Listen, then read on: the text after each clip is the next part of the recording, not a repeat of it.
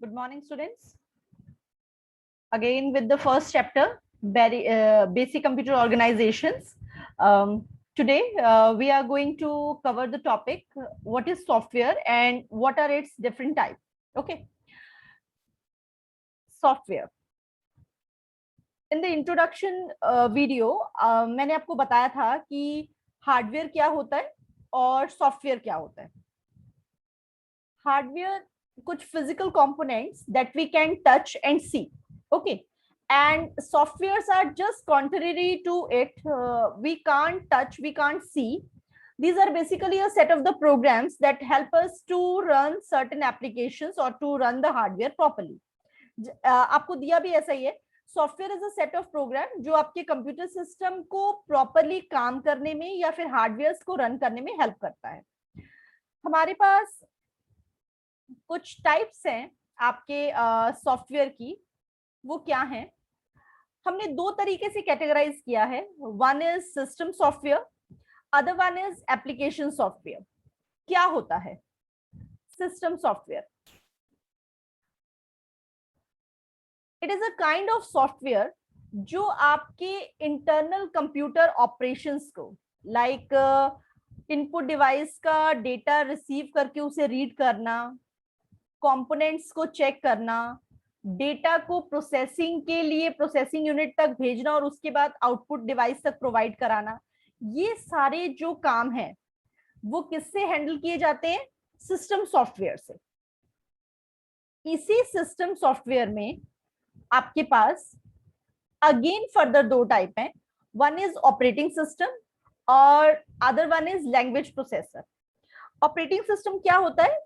इसको समटाइम्स हम system software भी कहते हैं. ऑपरेटिंग सिस्टम एक ऐसा कंपोनेंट है या फिर एक ऐसा सिस्टम सॉफ्टवेयर है जिसके बिना कंप्यूटर आपका काम नहीं कर सकता. So it is the essential part. अगर आपको कंप्यूटर को रन करना है, उस पर कोई एप्लीकेशन चलानी है, उसको ऑन करना है, तो ऑपरेटिंग सिस्टम की जरूरत हमें पड़ेगी. ठीक है. तो it is the important component of computer जो बाकी सारे कंपोनेंट्स को हैंडल करता है. ऑपरेटिंग सिस्टम्स भी कई तरीके के होते हैं. Single user, multi user, time sharing, real time, ये हम आपको बाद में इसके बारे में डिस्कस करेंगे. और कुछ ऑपरेटिंग सिस्टम्स हैं जिसके बारे में आप जानते हैं, मतलब एग्जांपल्स जैसे आप यूज करते होंगे विंडोज 10, विंडोज 7, लाइनेक्स, यूनिक्स हो गया आपका, Windows 2000, window XP. Next one is your language processor. क्या होता है language processor? Sorry, language processor एक ऐसा सॉफ्टवेयर है जो हमारे सोर्स कोड को मशीन कोड में कन्वर्ट करता है. आप प्रीवियस क्लासेस में भी पढ़ चुके हैं कि आप जो आपका डिवाइस है वो 0 और 1 की फॉर्म में डेटा को अंडरस्टैंड करता है. ठीक है. तो हम तो 0 और 1 की फॉर्म में इंस्ट्रक्शंस देते नहीं है. अब वो इंस्ट्रक्शंस कोई ना कोई तो कन्वर्ट करता ही होगा. उन इंस्ट्रक्शंस को कन्वर्ट करने के लिए, मतलब जो भी हम ह्यूमन अंडरस्टैंडेबल लैंग्वेज में लिख रहे हैं उससे उसको 0-1 की फॉर्म में कन्वर्ट कौन करते हैं? Language processor. जो हम उसे सोर्स कोड दे रहे हैं वो हाई लेवल लैंग्वेज में है. हाई लेवल लैंग्वेज में कैसे है? वो ह्यूमन अंडरस्टैंडेबल फॉर्म में है. ठीक है. और जो मशीन कोड में हुआ वो लो लेवल लैंग्वेज में है, दैट इज 0-1. वो किसकी वजह से मशीन लैंग्वेज में हुआ? लैंग्वेज प्रोसेसर की वजह से. ठीक है. अब ये लैंग्वेज प्रोसेसर जो हैं तीन तरीके के से काम करते हैं या तीन तरीके के होते हैं. One is assembler, then interpreter, then compiler. Assembler का क्या काम है? जो भी हमारे प्रोग्राम हम लिखते हैं उसको हाई लेवल पे ना लिख के असेंबली लैंग्वेज में लिखते हैं और उस असेंबली लैंग्वेज के डेटा को वो मशीन लैंग्वेज में कन्वर्ट कर देता है, दैट मींस 0 और 1 में. ठीक है. इंटरप्रेटर का क्या काम है कि जो डेटा हाई लेवल लैंग्वेज में लिखा हुआ है, that means human understandable form में लिखा हुआ है, उसको लाइन बाय लाइन पढ़ के, मतलब एक एक लाइन पढ़ी जाएगी और उसके बाद एक एक लाइन जो है वो 0-1 की फॉर्म में, मतलब लो लेवल लैंग्वेज और you can say machine language की फॉर्म में कन्वर्ट की जाएगी. कंपाइलर क्या करता है? कंपाइलर पूरे पेज को एक बार में पढ़ लेता है. ठीक है. मतलब हाई लेवल लैंग्वेज के एक पेज को, और उसके बाद पूरे ही के पूरे पेज को वो किसमें कन्वर्ट कर देगा? Low level language. तो डिफरेंस जनरली आपसे पूछा जाता है what is the difference between compiler and interpreter, then the main difference between interpreter converts your source code into low level language और machine language line by line, but compiler converts the one page in a single go, मतलब पूरा page पढ़ने के बाद उसे convert करते हैं। Then is your application software. Application software क्या है?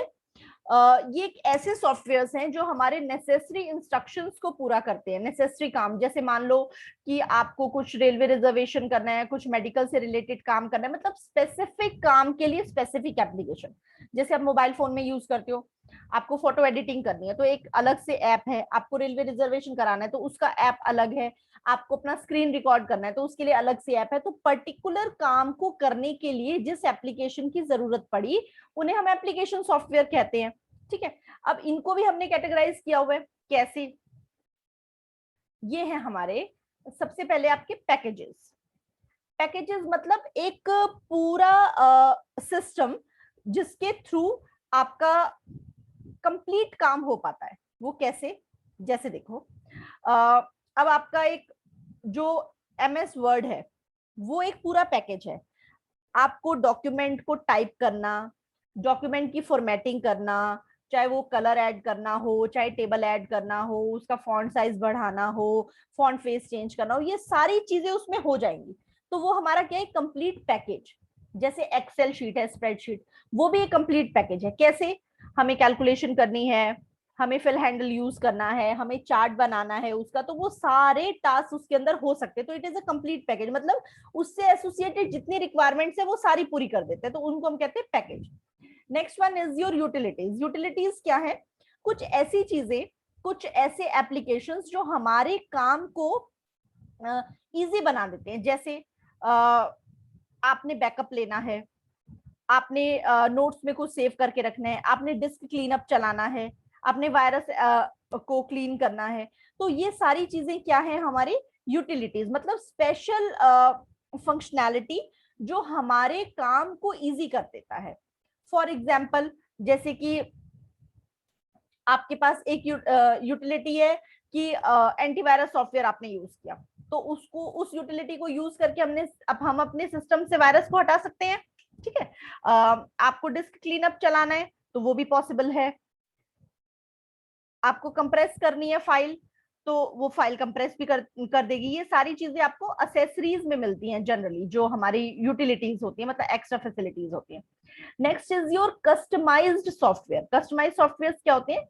ऐसे सॉफ्टवेयर जो कस्टमर के रिक्वायरमेंट के हिसाब से बनाए जाते हैं। जरूरी नहीं है कि ये सभी को चाहिए। जैसे मान लीजिए कि मुझे एक रिकॉर्ड बनाना है, ठीक है, मैंने आपके मार्क्स एंटर किए, अब मेरे को मार्क्स किस हिसाब से एंटर करने हैं, क्या रेशियो निकालना है उनका, और जैसे मान लो कि मैंने हाफ ईयरली और प्री बोर्ड लिया, मैं हाफ ईयरली का 10% और प्री बोर्ड का 20% ले रही हूँ, तो ये मेरा क्राइटेरिया है, मैं अपने हिसाब से रिजल्ट तैयार कर रही हूँ। तो उसको क्या कहते हैं? Customize software. जैसे हमारा क्लरिकल ऑफिस में आप फीस डिपॉजिट करते हो तो वहां पे स्कूल वालों ने अपने हिसाब से एक सॉफ्टवेयर बनवाया हुआ है, तो ये कस्टमर की रिक्वायरमेंट थी। जरूरी नहीं है कि हर स्कूल में सेम तरीके से काम हो, कोई 1 महीने की फीस लेता है, कोई 3 महीने की फीस लेते हैं, कोई 6 महीने की फीस लेते हैं। तो जो कस्टमर की रिक्वायरमेंट के हिसाब से सॉफ्टवेयर बनते हैं उनको हम कहते हैं customize software. Next is your software library. Software library क्या होती है? एक प्री डिफाइंड कोड जिसमें पहले से ही आपका डाटा पड़ा हुआ, मतलब पहले से ही आपके कोड लिखे हुए हैं, हमें उसको यूज करके उसमें हम कुछ एडिटिंग कर सकते हैं। जैसे आप फर्दर पढ़ेंगे तो हम क्या कहते हैं, जब पाइथन पढ़ेंगे तो वहां पे उसकी लाइब्रेरी में कुछ फंक्शंस ऑलरेडी पड़े हुए हैं, हमें उसे एज इट इज यूज करना है, तो वो होते हैं सॉफ्टवेयर लाइब्रेरी। जैसे आप मैथ यूज करते हैं तो आपको पता है कि उसमें पाई की वैल्यू 22/7 है, 3.1, तो वो लाइब्रेरी में ऑलरेडी पड़ी हुई है, हमें तो सिर्फ यूज करना है। तो इसी तरीके से जो प्री डिफाइंड स्क्रिप्ट होती है, प्री डिफाइंड चीजें, प्री डिफाइंड फंक्शंस जिनको हम एज इट इज यूज करके कुछ नया काम करते हैं, कुछ नई कैलकुलेशंस करते हैं, उन्हें हम कहते हैं सॉफ्टवेयर लाइब्रेरीज। ठीक है, so this is all about it.